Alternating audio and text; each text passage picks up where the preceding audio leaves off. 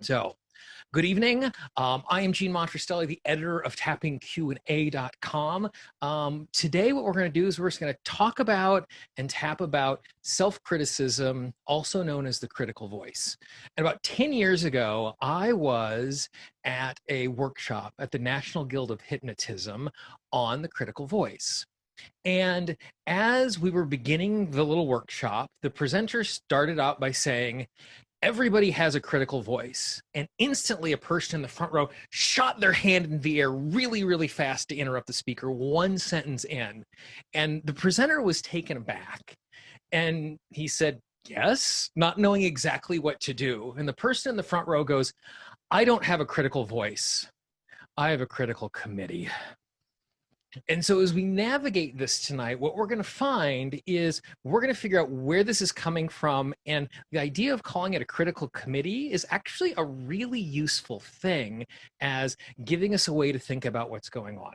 So what I'd like to do to start with is I would like to do a little parts 101. And so for me, this is the tool that I lean on the most, big picture, is parts work. I mean, we're going to do a small little bit of it tonight, but in understanding and creating the transformation inside of us.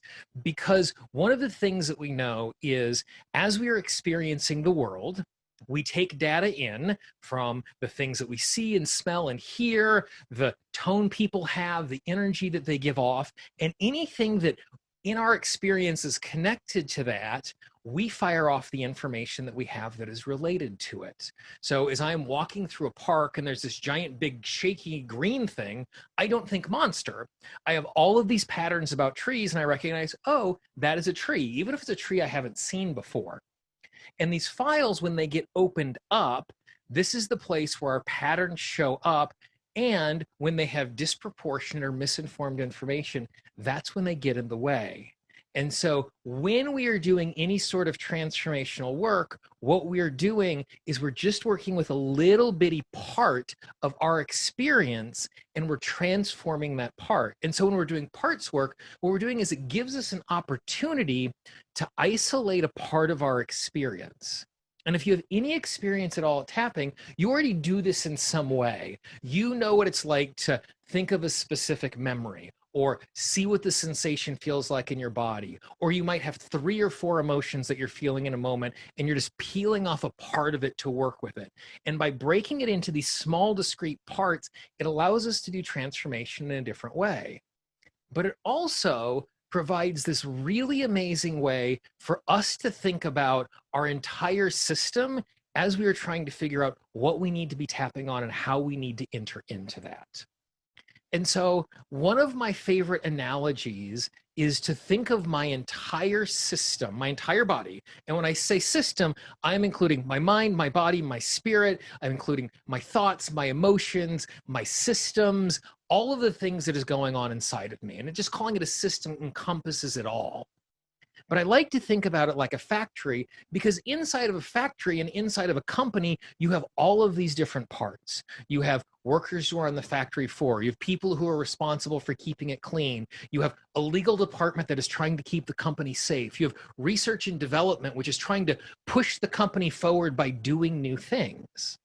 And inside of us, we have all of these parts that have these isolated things that are trying to take care of us.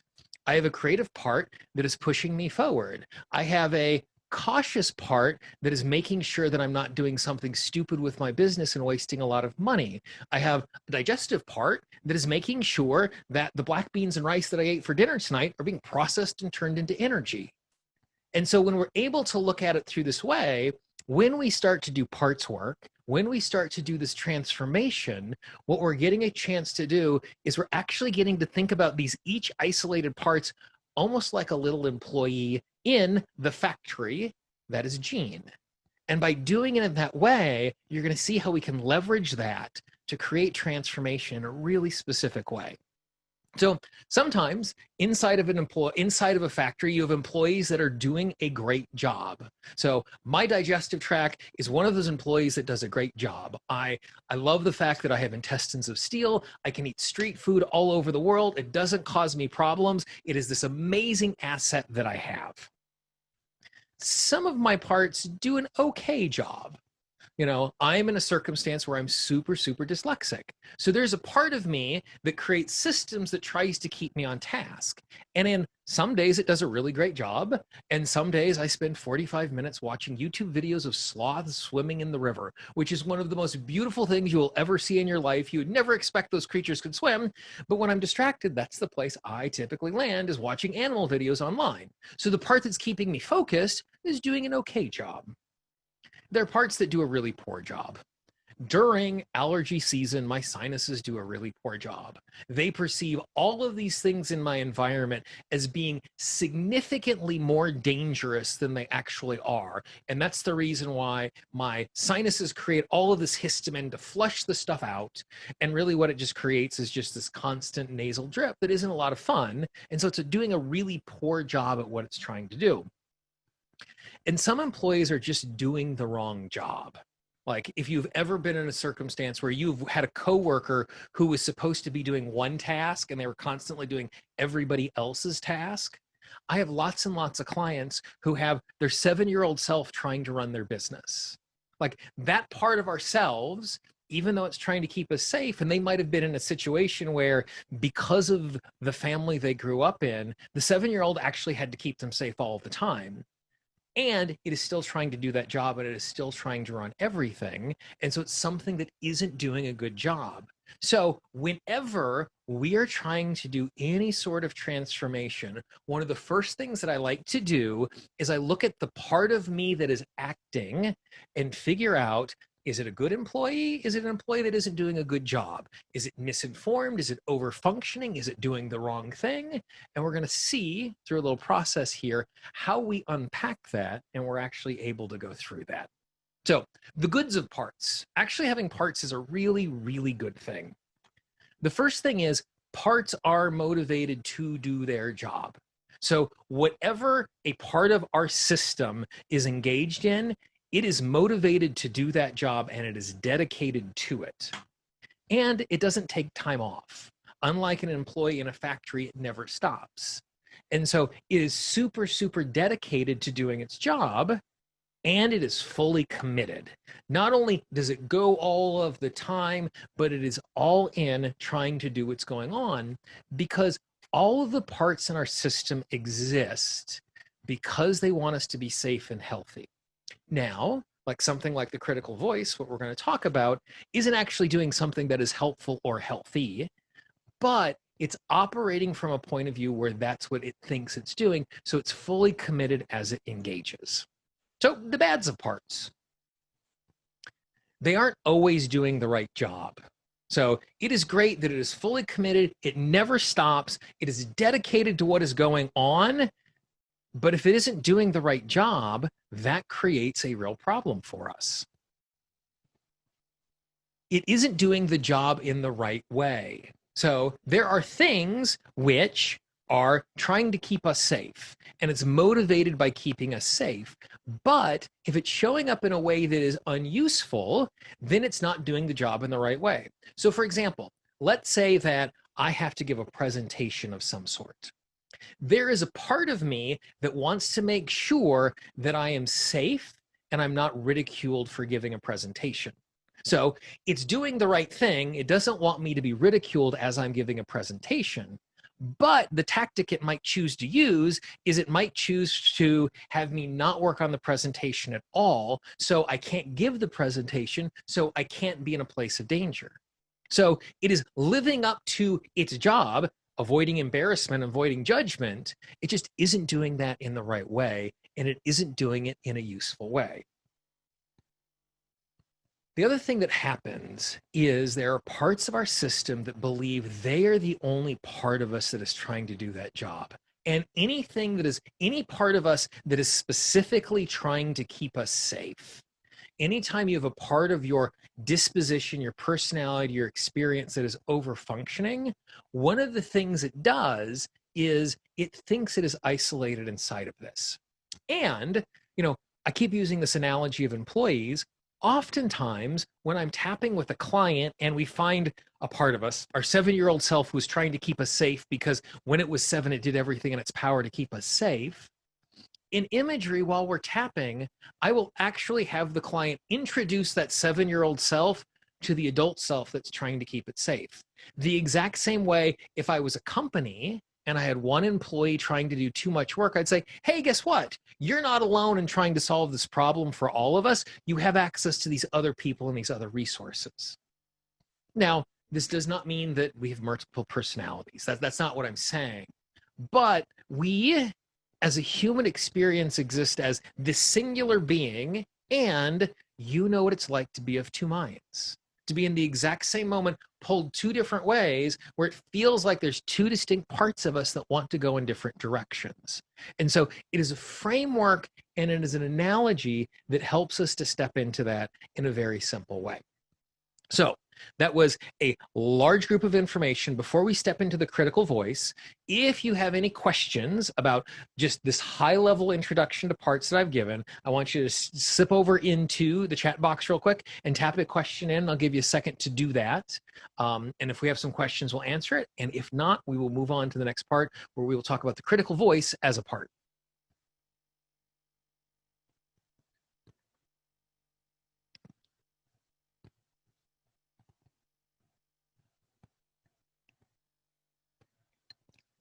Is this the same when you give your power away or self-sabotage?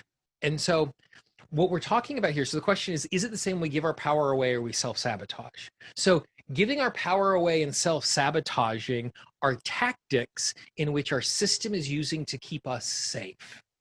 And so when we look at it through the lens of a part, what we're able to do is we're able to start to figure out why this particular part thinks the most functional thing for us to do is to give our power away or to self-sabotage. So the example I gave about giving a presentation is the perfect example of self-sabotaging ourselves. It is using a tactic to keep us safe, a part of our personality, but it's using a tactic that isn't very helpful. Great.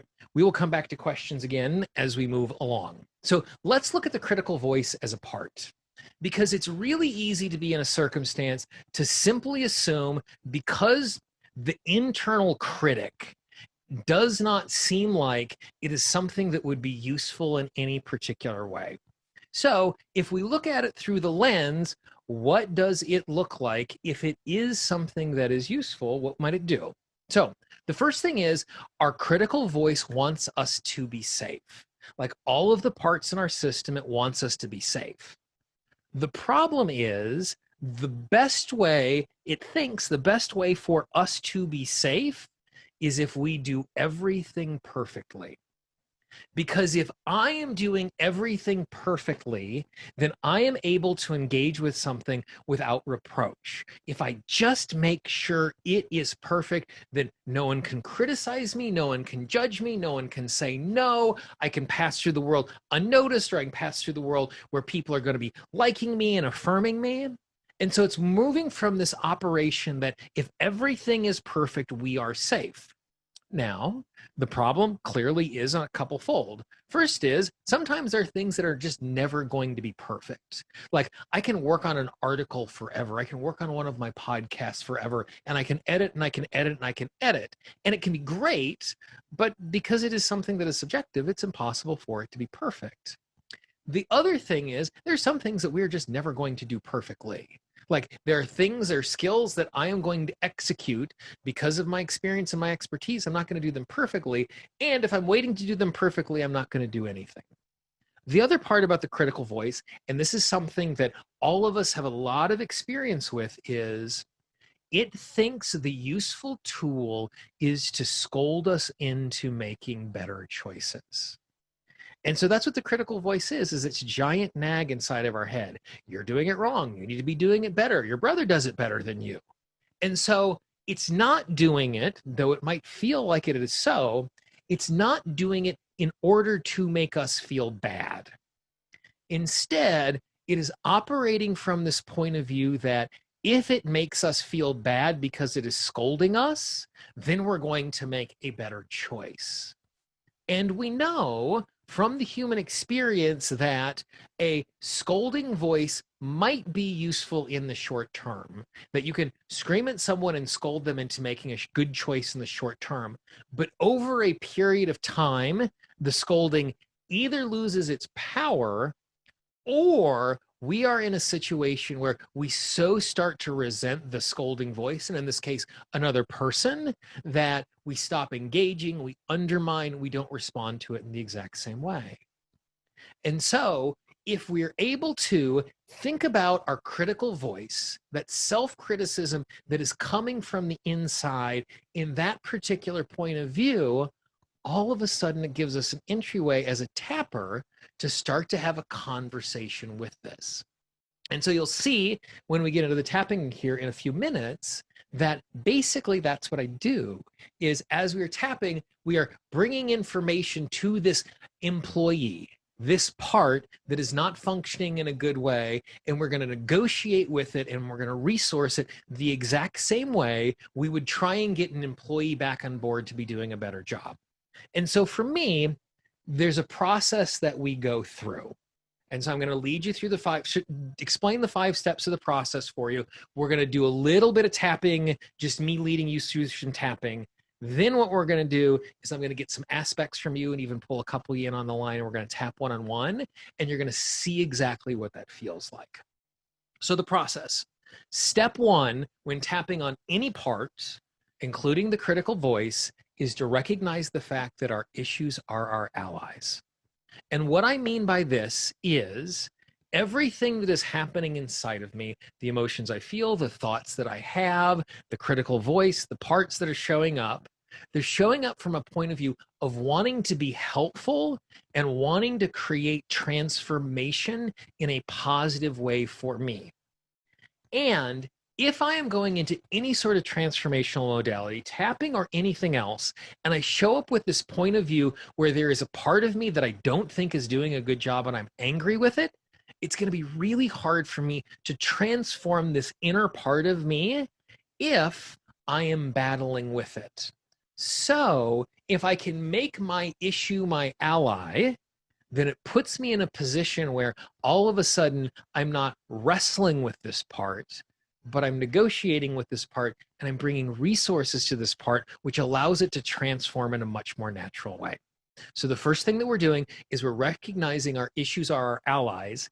They just happen to be allies that aren't functioning very well and aren't actually being helpful. The second thing that is really important for us to do is to respond to the emotion that we feel about the critical voice before we work with the critical voice. And I think this is true for any sort of tapping at all. This is one of my really key healing transformational fundamentals that I live by, that we need to respond to the issue of the emotion, or the emotion about the issue, before we start to deal with the issue itself. Because the emotion we feel about the issue is oftentimes kind of like the hard candy shell that is coating what is on the inside, which is the issue. And so I could have this critical voice that I want to transform because it's causing me all sorts of havoc throughout my day and throughout my life. But if I have all of this anger, there's nothing I can do with the critical voice before I get through the emotion I have about the critical voice. So after I acknowledge the fact that this part that I'm tapping for, that I'm frustrated with, is my ally, the second thing I do is I tune into the emotions that I'm feeling about it. Now, sometimes there might not be any emotions, but if there's anger, frustration, disappointment, overwhelm, sad that I'm repeating the same pattern over and over again, I want to spend a little time tapping on that, because then it does 2 things. If we go back to the analogy of it's like the hard candy shell, I like to think of gobstoppers that have lots of hard candy shells before you get to the sweet tart. With each of the candy shells we get, the issue gets smaller and smaller, so that when we get to the root cause of it, we've actually taken care of a huge chunk of the issue, which is our response to the issue, which makes clearing out that issue much easier because it is significantly smaller. The second thing that happens is, like, There have been very few times in my life where I've experienced this, but I've actually had this sensation of seeing red, where I was so angry, it was as if I was looking through this red film and the entire world looked red. Well, if we are looking through the filter of an emotion, it's really difficult for us to see an issue clearly.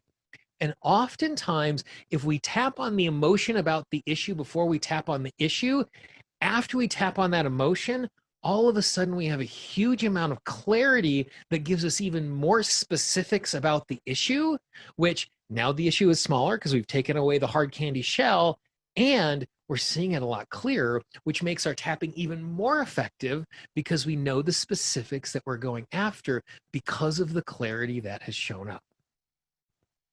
Step 3, acknowledge the effort and desire of the critical voice. I think this is a really important thing. Like, if I have a conflict with someone and they're making choices that are harming me, if I start the conversation by saying, hey, I really appreciate the fact that what you are trying to do is A, B, and C. So I'm acknowledging where they are coming from. Even if I don't think it's even a good choice, by acknowledging it, it makes the conversation that I'm going to have with them so much easier to have because I've acknowledged where they're coming from. So this is one of the key ways that we can make our issues our allies, is by tuning into the critical voice while we're tapping and saying, I really appreciate the fact that you're trying to keep me safe. I appreciate the fact that you think if you scold me all the time, I'm going to make better choices. I appreciate the fact that if you think that I do everything perfectly, then I'm going to be safe. And so by acknowledging that at the beginning, all of a sudden it is as if the part has taken its guard down. Because again, if we think of it in terms of this part that is trying to take care of us and keep us safe as 100% dedicated, it's not going to want to leave because it truly believes it is a tool that is useful. And so by coming to it from this point of acknowledging its effort and its desire, it makes it so much easier for us to then start to tap with it as we engage with it. So then after we've done this, we now bring the information to the part, and in this case, the critical voice, which makes it more useful. So one of the examples and one of the ways I might do something like this when I am tapping is I might go, hey, I really appreciate the fact that you're trying to keep me safe by trying to keep me perfect. Another way you can keep me safe is to help me to look out for opportunities, which makes it easier for me to be successful. Because if it's easier for me to be successful, I'm going to be safer. So what I'm doing again is I'm treating this part as if it's an employee in the factory of Gene, and I'm saying, hey, you're really good at looking out for problems. What if you looked out for opportunities instead? And so what I'm trying to do is I'm bringing more information.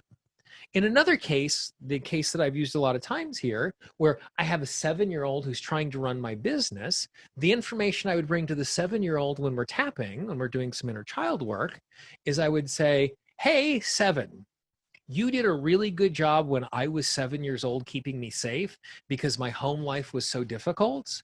And you did an amazing job, which allows me to be here now. And there's now an adult version of me here, which means you no longer have to keep me safe, which means you now get to go be 7 and you get to go play. So the information I'm bringing to the part is the information of my current experience, which 7 doesn't necessarily know. It just remembers what my life was like at 7. So we're bringing information to the part that makes it easier to function in a healthier way.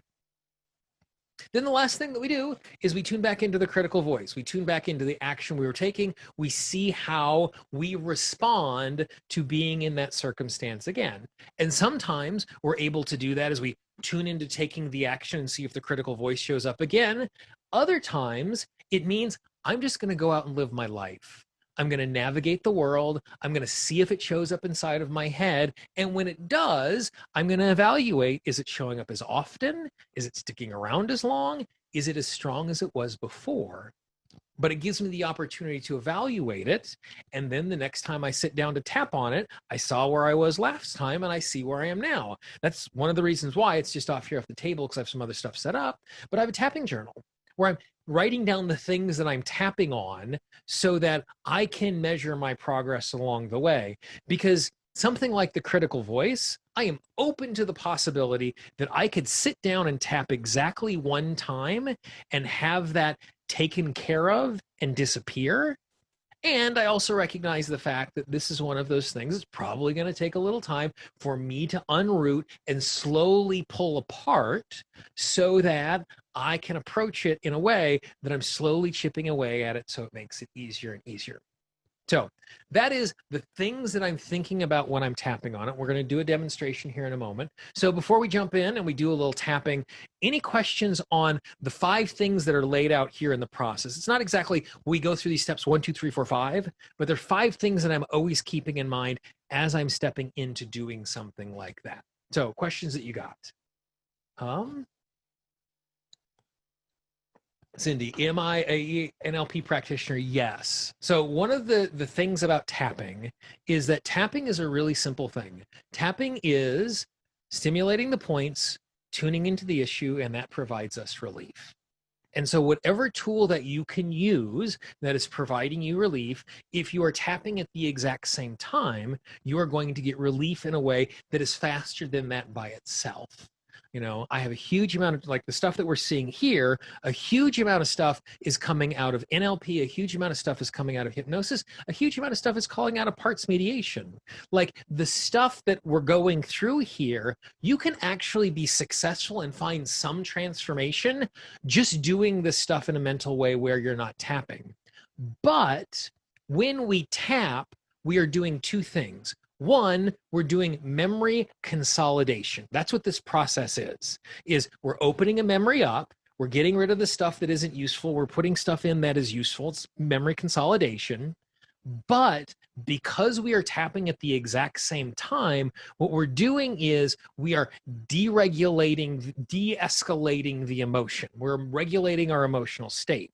So as we're tapping along, what is happening is cortisol levels are dropping. The emotion in the system is dropping because we know when we tap that happens. So when we are unpacking one of these memories or one of these patterns and we're bringing new information to it, by tapping at the exact same time, we're leveling out the emotion that we're feeling in the moment. So we're taking the emotion out of the memory, and it is easier for us to bring new information to that part and transform it when we are not as overwhelmed or not as angry or not as frustrated or not as sad or whatever the negative emotion is that we're feeling at the time. Do you go through as many emotions as you can before you get to the actual issue? Is it helpful to list the emotionals out so you can pinpoint what you are feeling? Okay, so that's a really great question. The answer is it depends. It depends on how strong of the emotion is and how clear I am in being able to see what is going on. And so as I am tapping in this particular way and the emotions are coming up, if it feels as if the emotion that I am feeling is making it hard for me to see what's going on, I'm going to persist with it. Now, it's really easy to err on the side of just spending a little extra time tapping on the emotion, because the reality is if the emotion gets down to, let's say, a 3, let's say the frustration is down to a 3 and I can see the issue clearly, to deal with that frustration that is a 3, I might just need to do one more round of tapping, which is 30 seconds of my life. And so if you do overkill on the emotion, that's great. The other thing is, yes, you can list out the emotions, take them one at a time, but one of the things that is really interesting is oftentimes the emotions cluster together. So I might feel anger and frustration at the exact same time. When I tap on the anger, the frustration reduces with it as well. And so when I go back to my list, frustration was written down, but I no longer need to tap on it because it's something that I cleared out of the way. And so when in doubt, take an extra round or 2 and tap on the emotion about the issue before you go after the issue itself. The other thing is, if once you start tapping on the issue, if you're still having resistance and you don't feel the issue moving in any particular way, that's a great opportunity to take a step back and go, okay, I'm going to rethink of the emotion that I'm feeling and then go after it. Okay. The other question here from Mary Kay, what do you think of doing the personal peace procedure? I am not a fan of the personal peace procedure. And I'm not saying that you shouldn't do it. Some people absolutely love it. For me, the tapping that I'm doing, and when I demonstrate this, you're going to see my disposition and why I think this way. For me, I want to tap on the issue that is getting in the way of me having the life that I want to have. And so let's pretend that I want to do something in my business. I want to joint venture with someone. I want to make an offer. I want to do something new. And I am not taking the action of reaching out to the person I want to partner with. So for me, the most important trauma in my experience at this particular moment is the thing that is in the way of me taking that action. And the thing that is in the way of taking me in that action might be really, really big, and it might be really, really small. So what the personal peace procedure is you write down every single horrible memory and experience that you can think of. And basically what you do is one at a time, you work your way through them and you tap on them and you get clear for them. And that is a great way to clear stuff out. For me, the reality is I might write down 16 things in a notebook that are memories that are really bad. And I spend time tapping on all of them, but none of those memories might be the things that are impacting me today and the choices I want to make. And so I have cleared out this trauma that I'm carrying around, but it doesn't have any impact on me. It's kind of like I live in Brooklyn and I still have a storage space in Baltimore, Maryland from when I lived in Baltimore. And I don't use any of the stuff in that space. I could get in the car, drive to Baltimore, completely reorganize that space and make it much cleaner, and then come back to Brooklyn. And that would have zero impact on my life because I'm never going in and out of that storage space. So it doesn't matter if it's organized, if it's cataloged, or if it's a mess. And so when we're just tapping on past issues for the sake of tapping on past issues, in the moment it's great. We're no longer carrying trauma around, but it isn't necessarily something that is getting in the way of what we're doing today. And so for me, I'm really practical in my approach to tapping. I want to be tapping on the issue that is in front of me and the thing that is next. And so I'm going to investigate what is going on. So great. Those are some really awesome questions. So if you are in a situation that you would like to do a little tapping one-on-one with me, I'm going to ask you, if you do this, I'm going to ask you to turn your video on so we can see you and go back and forth. I'm going to allow you to unmute yourself. The way it works, if you'd like to do this, is if you click on the participants down at the bottom, you'll see the list of everybody's involved. At the bottom of it, there is a place that says raise your hand. And if you click on raise your hand, I will see a little blue hand. It will bring you to the top of the list. And I'm going to grab a couple of you. And we are just going to give this a go as we unmute a couple of you. I'll give you a couple more seconds if you want to raise your hand.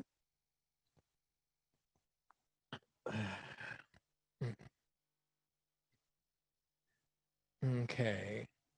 Okay, it looks like, and I am, I'm going to mispronounce this. I think it is Amani.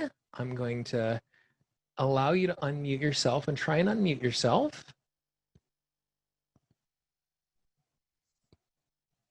Hi there. There you go. Hello, how are you? I'm well, thank you. How are you? I'm very, very good.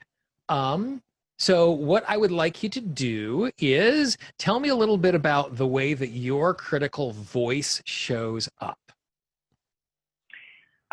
Well, this happened actually today. Great. So I am a Kundalini yoga teacher, and I recently lost my job in sales and just purchased a car. So I just took a big chunk of cash out of my savings. Mm-hmm. So in essence, I'm trying to build up my business and create more income. One of my students asked me to create a one-on-one session with her. Mm-hmm. And because she's also a friend, I was just like, oh, I'll do it because it's your birthday. Your birthday's coming up. Right. And as soon as I did that, I'm like, all right, I can't take it back. I mean, the birthday gift and all that. Right. And then when we hung up the Zoom call, my critical voice was like, why did you do that? Right. Why did you do that? Look at the situation that you're in. That makes no kind of sense. And I was frustrated with myself, started thinking of like how I can backtrack this, or, I was willing to drive all the way down to where she is in a whole nother state and do it there with her. And just over giving, really. Right. Awesome. So, yeah. Excellent. Okay. So what I'm going to have everybody who is on the line doing, what want you guys to do is I want you to think about a place where you have a boundary that is porous, where you are over giving at some place in your life. And I want you to make a little note of what that place is. And what I want you to do is I want you to think of the emotion that's associated with it. And I want you to rate that from 0 to 10 and just jot that down for me. Okay. So, Imani, what I want you to do, and am I saying your name right? Yes, Imani. Excellent. So what I want you to do is what are the emotions that you feel about this particular experience as you think about it? I was frustrated and disappointed in myself of repeating the pattern that I thought I was working on so hard to stop. And I didn't know what to do. I fell asleep. I totally disassociated. I just took a nap. Okay, awesome. So I'm going to ask everybody who's on the line with us to tap along with us as well. So basically, you know how this works. We're just going to do a little tapping. I want you to mirror with me and repeat after me. So just start by tapping on the side of the hand. Take a nice big deep breath.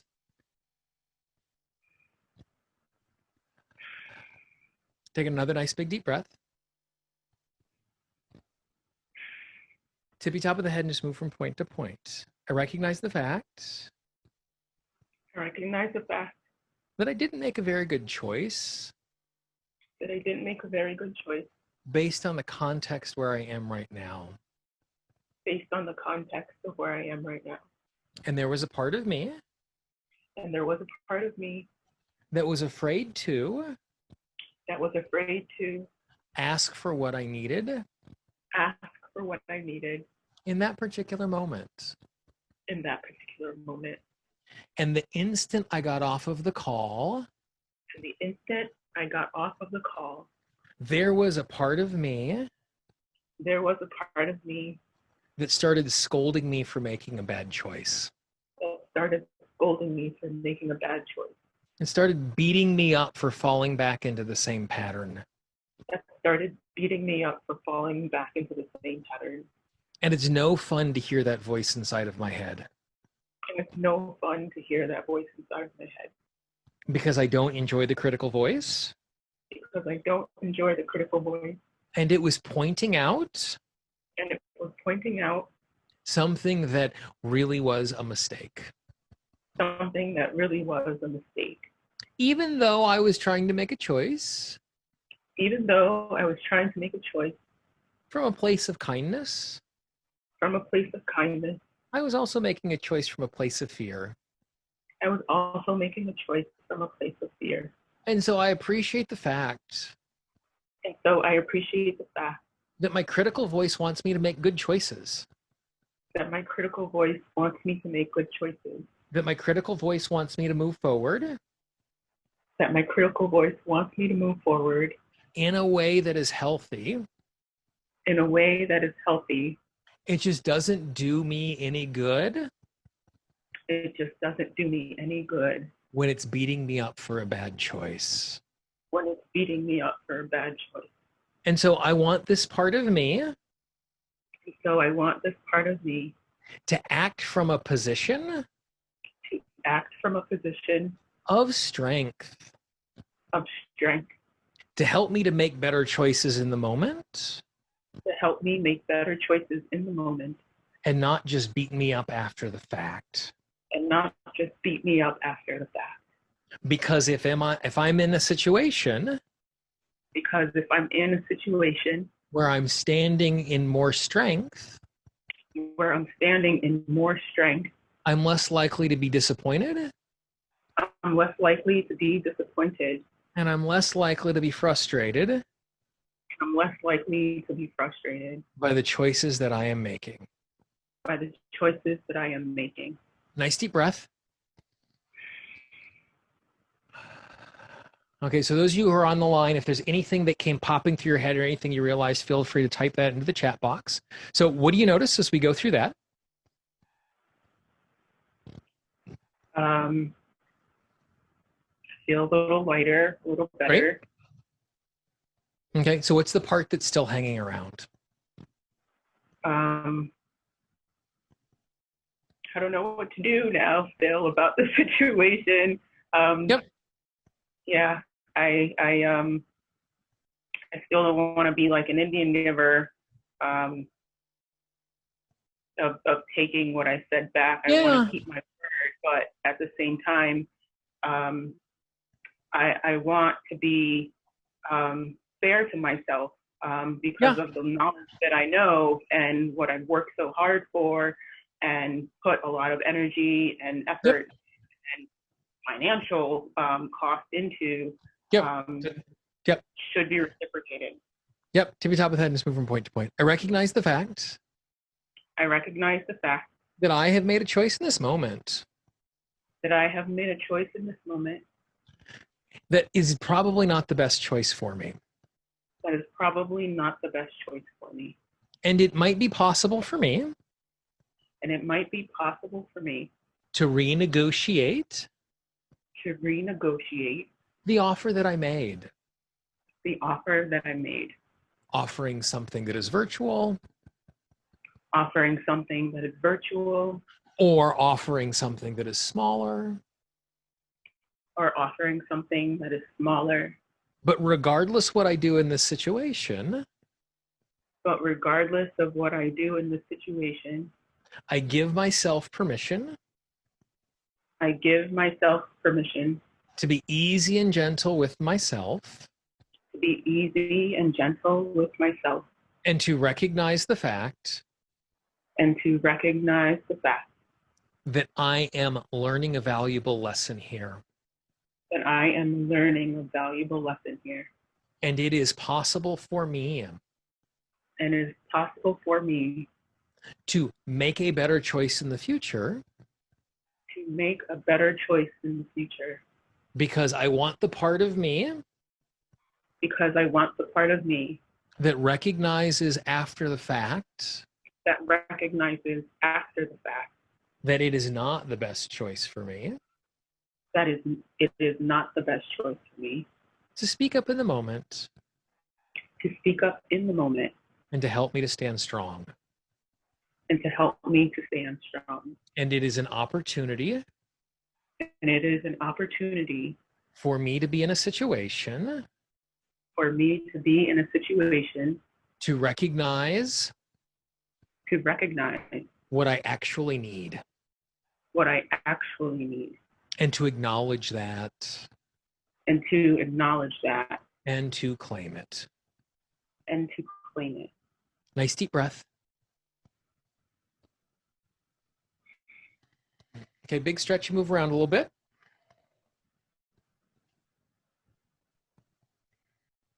Okay, what do you notice?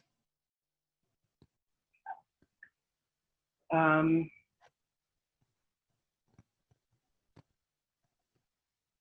maybe a little bit of uncertainty of what to offer, instead of what Yep. I offered before. You know, and so just I give myself permission I give myself permission not to have the answer right now. not to have the answer right. And I recognize the fact And I recognize the fact that I can come up with a solution, that I can come up with a solution. and I give myself permission And I give myself permission to access all of my parts, to access all of my parts, especially my creative parts, especially my creative parts, to come up with a solution, to come up with a solution, knowing that it is okay knowing that it is okay not to have the answer in this moment. not to have an answer in this moment. Nice deep breath.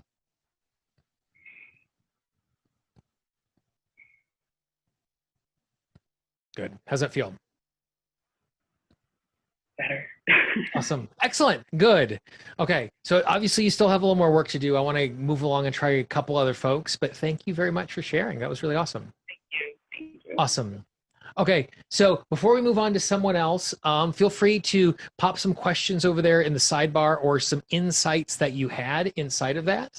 A couple of questions. Why do we only tap on the karate chop point at the beginning of the session? That is an old habit that dies hard for me. Initially, when I learned tapping, there was a really specific idea about what we're doing when we're tapping on the side of the hand.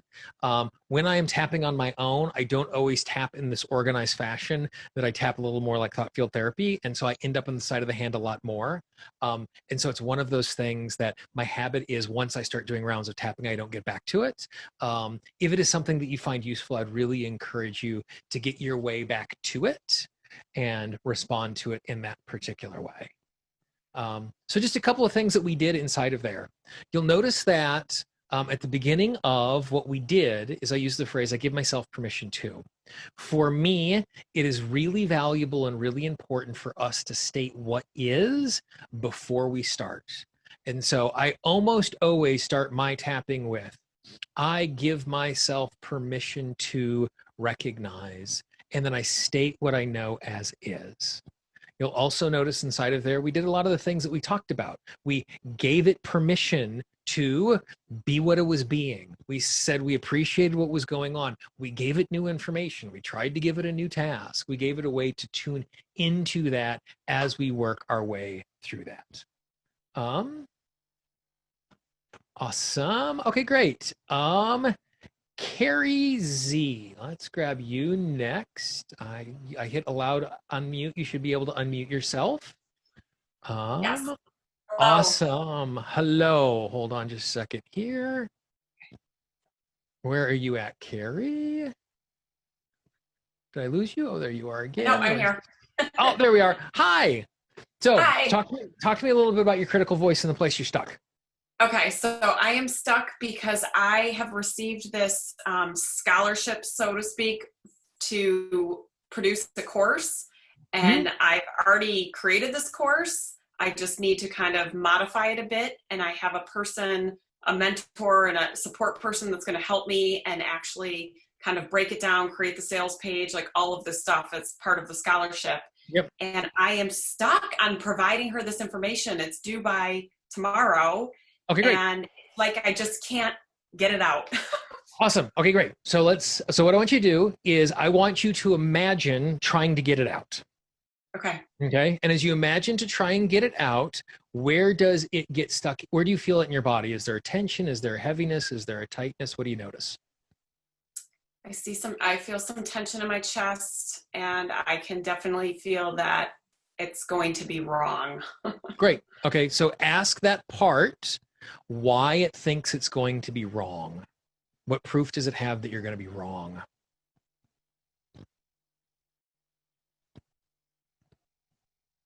It's certainly bringing my dad and my sister, who were both very critical voices when I was young. Awesome. Yeah. Okay, great. So for everybody who's on the line, so you can see what we're doing here is we tuned into the part by giving her a chance to tune into the physical sensation. And then we asked that critical part that said, you can't do this. What proof does it have? And it brought up old critical voices from the past that are showing up now. Great. Tap on the side of the hand. Take a nice big deep breath for me. Tippy top of the head and just move from point to point. I recognize the fact. I recognize the fact that there is a part of me that there is a part of me that is afraid I'm going to do it wrong. That is afraid I'm going to do it wrong. Because in the past, and possibly even right now, there were people in my family. There were people in my family who were super critical of what I did. And they were super critical of how I acted. And they were super critical of And they were super critical of the outcome. And I appreciate the fact. That because they were my family. I I took them really seriously. I took them really seriously. Because when we are very young, Because when we are very young, our world is our family. our world is our family. And we take whatever they say And we take whatever they say as the truth. as the truth. And so we internalize that voice. And so we internalize that voice. And so I appreciate the fact And so I appreciate the fact that my critical voice that my critical voice has learned from my family, has learned from my family, and it has been informed in how it's supposed to act and it has been informed on how it's supposed to act from that family. from that family. But I give myself permission to know But I give myself permission to know that I no longer need to listen to that voice. that I no longer need to listen to that voice. When I was really young, When I was really young, it was really helpful it was really helpful to learn from the people around me. to learn from the people around me. But now that I'm an adult, But now that I'm an adult, I have much more information. I have much more information. I have much easier ways of processing this. I have much easier ways of processing this. And I don't have to listen to that old voice. And I don't have to listen to that old voice. And so I give myself permission I give myself permission to put that tool down to put that tool down and not carry it around anymore, and not carry it around anymore, because I don't have to listen to my family's voice because I don't have to listen to my family's voice in order for me to be safe.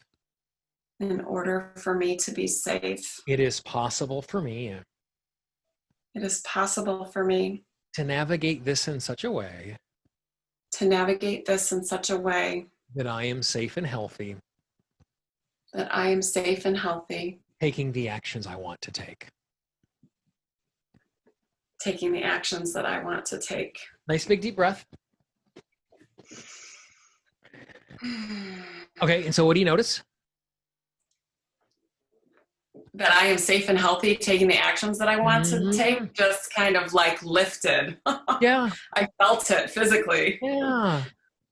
And so you'll notice as we processed our way through this, again, we'll go back to those fundamentals I talked about. Okay. It is persistent and it thinks it is doing best by us. So when we are very young, we pick up the stories of our immediate family because those are the people who are teaching us and those are the places we're supposed to learn from. And our families happen to be made up of really imperfect people who act out of all sorts of their own poor resource states. And they don't realize the lessons they're teaching us. And so we didn't wrestle with the voice. We didn't wrestle with the old stories. We even acknowledged at one point in the tapping, maybe this listening to those voices was really useful at one point in my life. And now it's no longer useful. I'm taking the tool and putting it down. One of the phrases that we didn't use in tapping on that I like to use oftentimes is I give myself permission to put this tool down. And if I want to pick it back up again in the future, I can do that. Because it's easier for us, like it's the exact same thing. I'm like saying, I'm going to take this thing away from you, or I'm going to take this thing and I'm going to put it on the shelf, and if you want it later, you can have it. You would be much more likely to give me the object if you know it's on the shelf and you can get it later.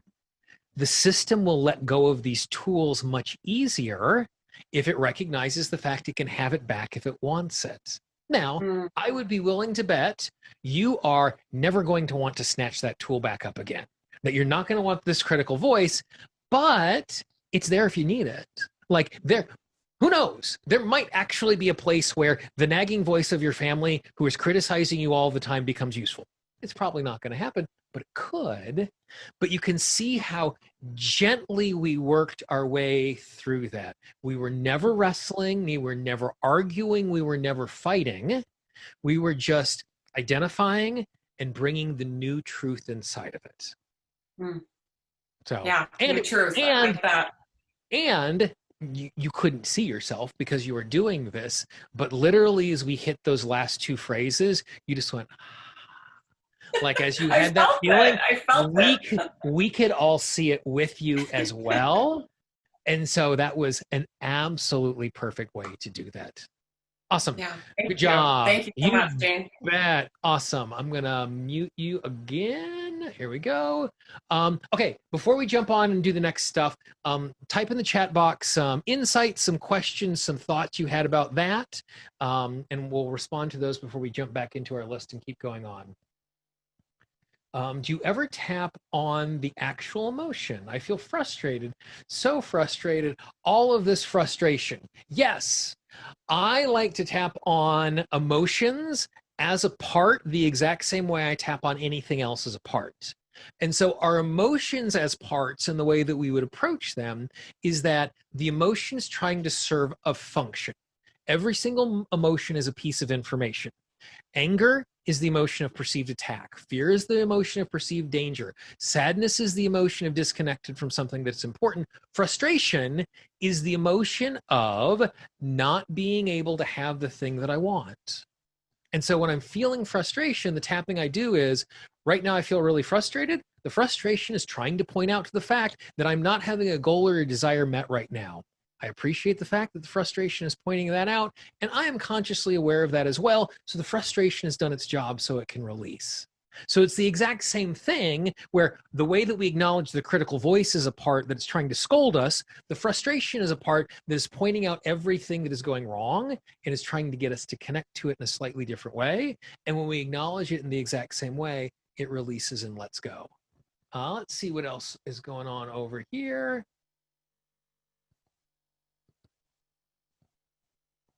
Let's see here. Lots of great comments. Great. Perfect. Awesome. Let's move on to Leo.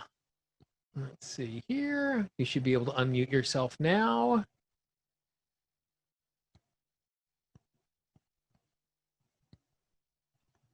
There we go. Hi, Hello. Jane. How are you? Fine, thanks. Excellent. So what's showing up for you?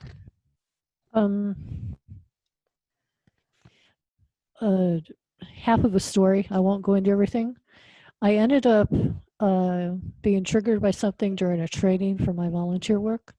Okay. And it ended up putting me in a cranky space where I felt like I wasn't getting an answer to something, and I realized the reason I wasn't getting the answer was because it hadn't been given to me and I was asking the wrong person, and it just sort of kind of got messy. So I got angry at myself, I got angry at that person later on, and I had a lot of anger last night that I worked through.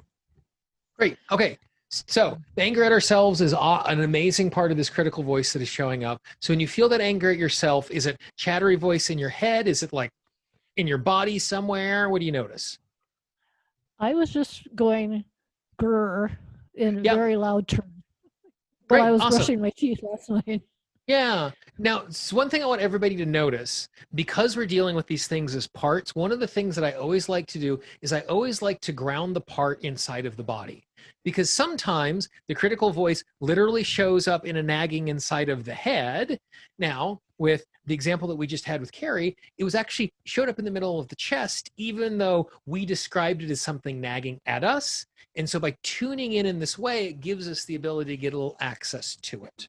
So anger, oftentimes, like I said, is the emotion of a perceived attack. And so when we're not getting the information we want, it can feel as if someone is holding that information out from us. And when we're angry at ourselves, it's like, oh, I should have known better. This is what's going on. Like I didn't have the information. Of course I didn't have the information. So side of the hand, take a nice big deep breath for me. And again, everybody tap along with us. Find something that is near you that is in the ballpark of this. And just move from point to point. I recognize the fact. I recognize the fact. The part of me that was angry. The part of me that was angry. Was just trying to keep me safe. Was just trying to keep me safe. Because it recognized the fact. Because it recognized the fact. Things were not working out. The things were not working out. The way that I wanted them to work out. The way that I wanted them to work out. And it felt as if I had made a big mistake.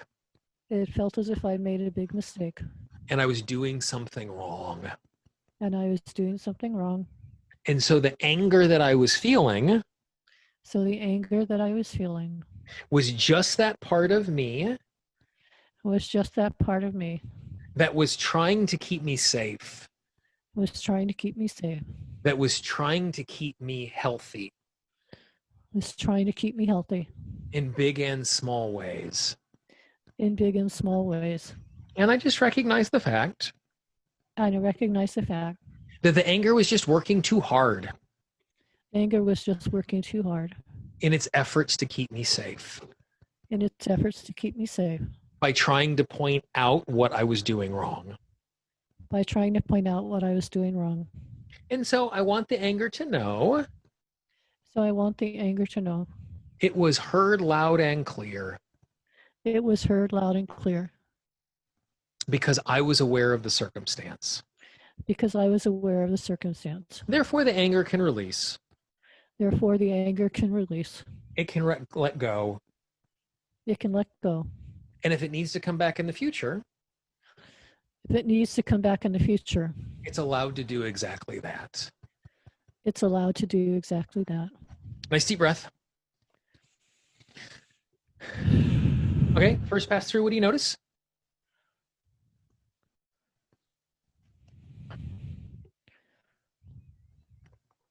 I think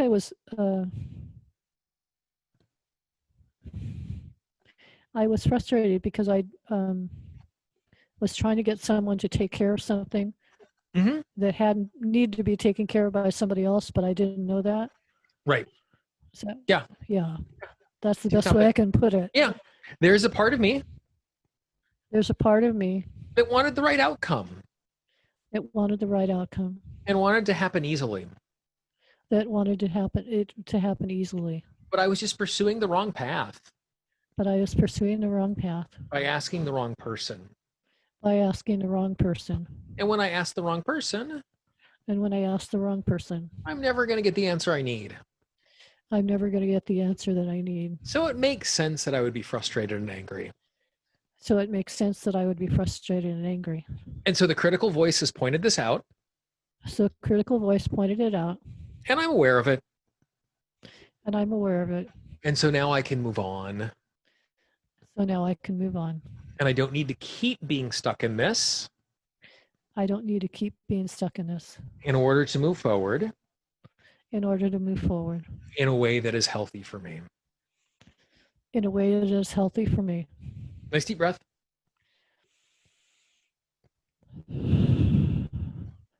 I have Great, one other we- part of this. Yeah. Other part of it. I was in a Zoom call when this happened, Uh-huh. and we were in the middle of another meeting, but this was a little bit related.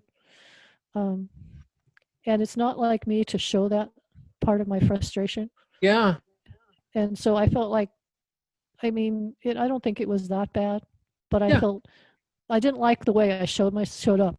Absolutely. Yeah. Yeah. And other people saw that, and that's not the part of me I want to show to people. Let's put it Yeah, that way. absolutely. I like Yeah. being in a situation, tap with me, I like being in a situation where I'm showing up as my best. where I'm showing up as my best, And even though I didn't show up horribly, even though I didn't show up horribly. it wasn't my best. It wasn't my best. So my critical voice is beating me up My critical voice is beating me up for not making a good choice about not making a good choice and letting my emotions get the best of me. and letting my emotions get the best of me. And I'm aware of that. And I'm aware of that. And there are going to be times And there are going to be times in which I allow my emotions to get the best of me in which I allow my emotions to get the best of me because I happen to be human. because I happen to be human. And that's part of the human experience. And that's part of the human experience. And so I hear the frustration of the critical voice. So I hear the frustration of the critical voice. And I also recognize the fact And I also recognize the fact that it is possible for me that it is possible for me to learn from it and still be gentle with myself. to learn from it and still be gentle with myself. Awesome. Nice big deep breath.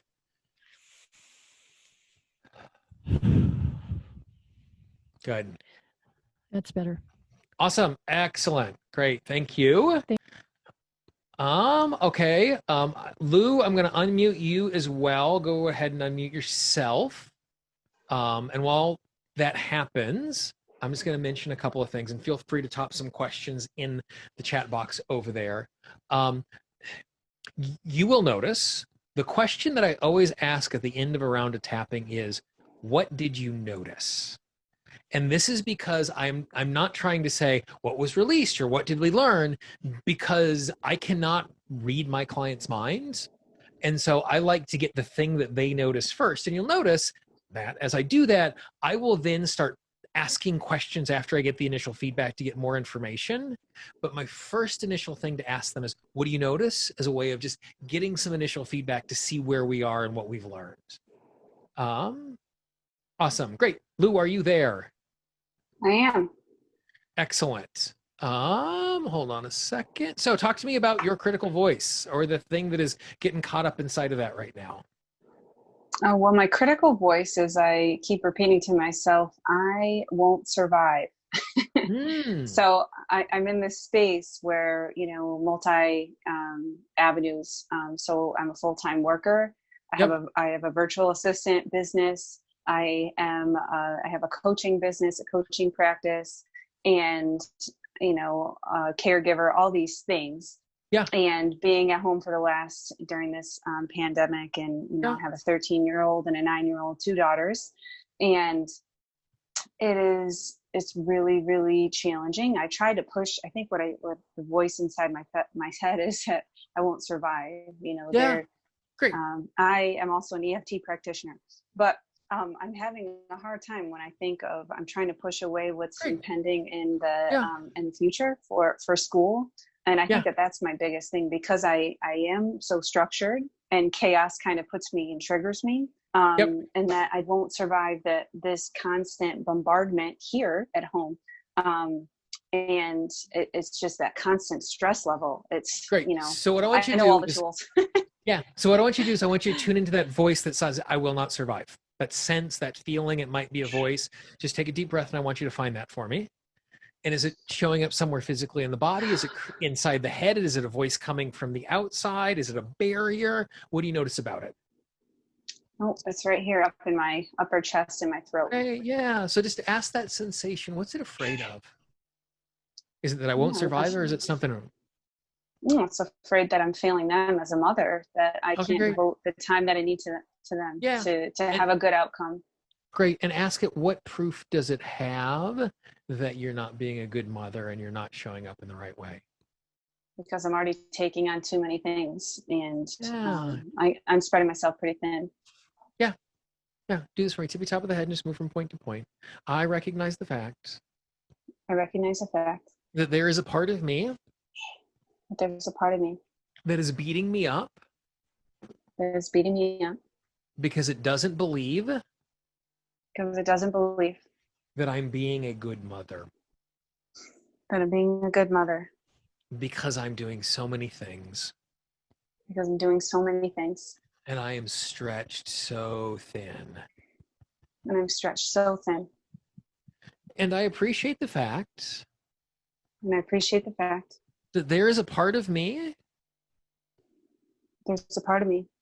That wants me to be a good mother. That wants me to be a good mother. That wants me to be fully present for my kids.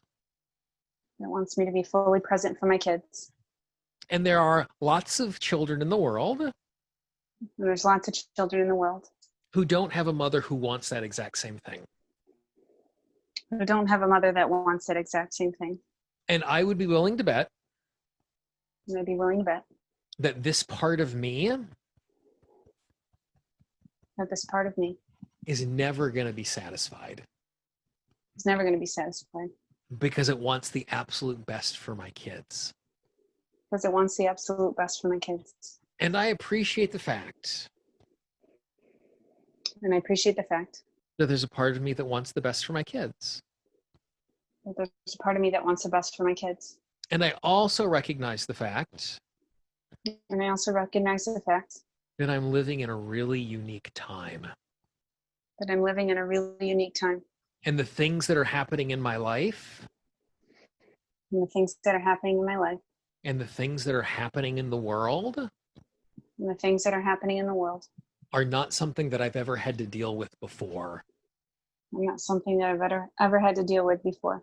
And so stretching myself super thin And so stretching myself super thin is trying to take care of my family. is trying to take care of my family. And I'm doing everything at my disposal. And I'm doing everything at my disposal. And if the world was more calm than it is in this moment, And if the world was more calm than it is in this moment, and if the world was less complicated than it is in this moment, and if the world was less complicated than it is in this moment, then what I would be doing and what I'd be doing wouldn't be stretching me so thin. wouldn't be stretching me so thin. And so I give myself permission to recognize So I give myself permission to recognize I'm really trying to do the best that I can. I'm really trying to do the best that I can. And I recognize how And I recognize how I'm not showing up in the way that I would in a perfect world I'm not showing up in the way that I would in a perfect world for my kids. for my kids.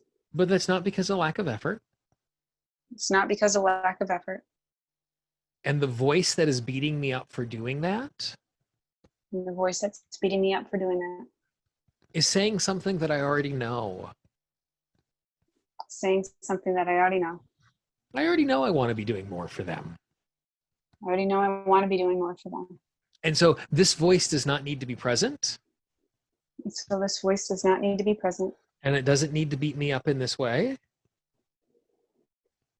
It doesn't need to be beating me up in this way In order for me to be healthy and safe, in order for me to be healthy and safe, in order for me to be present to my kids. in order for me to be present with my kids. Nice deep breath.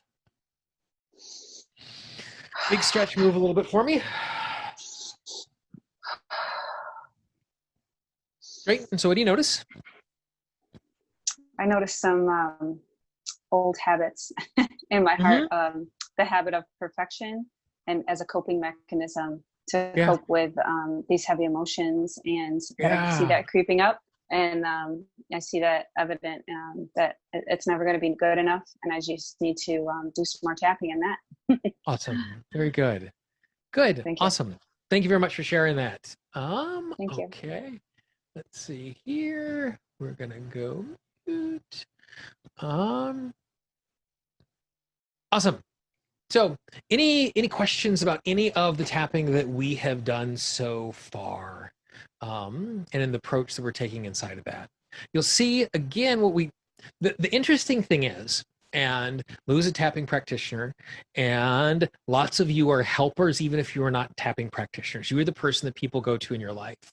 And the amount of time that I sit with my clients and I say things that we tap on exactly like that, because everything I just said inside of there was common sense, is that, I say that to my clients all the time. And part of it is we are so close to our own stuff, sometimes we cannot see it and give that advice. And so that is the reason why I tap with someone and I spend time on Zoom working with them, because I know I'm too close to my own issues as well. But you'll see if you go back and you re-listen to the tapping, or you look at the scripts after the fact, you'll see how systematically we approach that. We acknowledged what was going on. We acknowledged why it was happening that way. We appreciated the fact that this voice was just trying to get her to be a better mother. Then we also said, yeah, I already know that. And so this is the information the critical voice needs to know instead. And so again, by just going through these really simple steps in an organized way, it helps us to have a significantly better tapping experience. So I want to share something with you real quick, and then we're going to do one final tapping before we move on. So all of that stuff that I just talked about right there is what is called the art of delivery. Art of the delivery is knowing where to start, understanding the healing process, the ability to find root causes quickly, and to clear those issues in an effective way. Any of my clients who've worked with me for any amount of time know that I have a system and I have a process for everything that I do. And the reason that I do that is so that when I am working with clients, when I'm presented with an issue that I've never been presented with before, but I have an opportunity to do it by thinking in terms of those steps of acknowledging what is, acknowledging why that particular part is acting the way that it is acting, giving it new information, checking back in on what is going on. When we do that, that's effective art of delivery. And so I'm actually, at the end of this month and the beginning of the next month, I'm teaching a class on the art of delivery. So the first 25 minutes where we did parts work in this, where we just kind of did that at a high level, there are 3 90-minute sessions just on that alone as we do other stuff. I'm doing it 3 different weekends. The third weekend, I'm actually doing in the middle of the night for me. So the folks who are in Asia, Australia, and New Zealand, you actually get to be up during the day while you're doing it. You're gonna have an opportunity where we have presentation, we have demonstration like this. You're gonna do the stuff hands-on. Everything is gonna be recorded like we are tonight. So if you participate in that, you'll get a chance to do it. And after the weekend, we're gonna do 2 calls where after you've got a chance to try this stuff and ingest it, to get back on and ask questions of me. If it is something that you're interested in, if you go Tapping Art of Delivery, you will see all of the information about it. If you use the coupon code Zoom, you're going to get 50% off. If you have any questions about it, you can always send me a message. I'm going to put this slide up again in just a minute, but there's one more thing that I want to do before we do that. And that's how I end a session. And so what I want to do is I want to demonstrate for you, again, this is another one of those pieces of art of delivery that makes a really big difference in giving ourselves a chance to take the work that we're doing and integrating in a way that is moving forward. So I want everybody to tap on the side of the hand, take a nice big deep breath for me.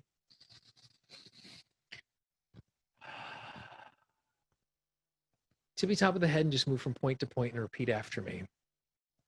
I recognize the fact that this is a healing process. That this is not a healing moment. And the healing is going to continue. And as the healing continues throughout the rest of the day, there are going to be times where I see that healing. There are going to be times where I recognize the healing happening. And I can just smile in appreciation. There are other times in which the healing is going to happen in the background in a completely unnoticed way because I am a healing machine. And I can just appreciate the fact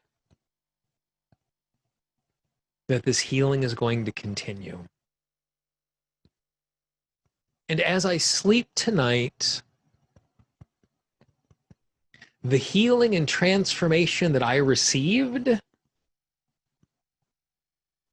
is going to continue to integrate into my system. And when I wake up tomorrow, it will be like reinstalling the operating system on my computer. As when I start the day, all the healing and transformation will be integrated into what I am doing. Nice big deep breath.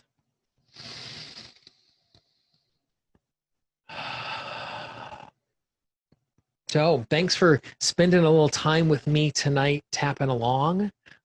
If you have questions, I'm going to hang around and answer questions for a little bit longer here in the chat box. And if you need to go, that's awesome as well. I'd really encourage you to check out the Art of Delivery class that I am offering. If you enjoyed the teaching that we did at the beginning, imagine yourself having the opportunity to do that for 2 straight days with a really small group of people. If you have questions about that, please reach out. I will have the audio and the video from tonight uploaded sometime midday tomorrow. You get an email with the links to that, so you can have an opportunity to go back and work through this. And like I said, sometime mid next week, we'll have the transcripts of all of the tapping we did tonight in a pretty little PDF, so you can do that. So yeah, thank you very much. I see all of the really kind things that are being said over here in the chat box. If you have any questions that you have about the stuff that we did tonight, feel free to tap them in right there. If not, have a wonderful evening, and hopefully I'll see you on Sunday when we do this again. Let's see here. When I start, where should I start if my critical voice manifests people that criticize me for no apparent reason? So the first question is, where should I start if my critical voice manifests itself in people who are criticizing me for no apparent reason? The first place that I would start is the emotion that I feel about that. How do you feel about the fact that it is, if you're being targeted, things are showing up in a way that isn't about you, it is just them showing up in a way that is there, and get yourself as emotionally clear about how you're responding to that. And getting yourself emotionally clear to that does not mean that you're becoming a doormat, does not mean that you are allowing them to do it, but you're recognizing the nature of what is going on and what your emotional response is to that. And that is going to make it easier for you to respond and start to figure out what the next step is beyond that. Where do I get your morning tapping, Mary Kay? If you go to tappingqa.com and you sign up for my 10-part guide, the morning and evening tapping are part 1. They are MP3s that you can download, and you can play them every single day, and you can step into that. Kimberly, it's awesome you're interested in the class. If you have any questions about it, shoot me an email, gene@tappingqa.com. And if we need to jump on Zoom and talk about the class a little bit, I'd happily talk to you about the class.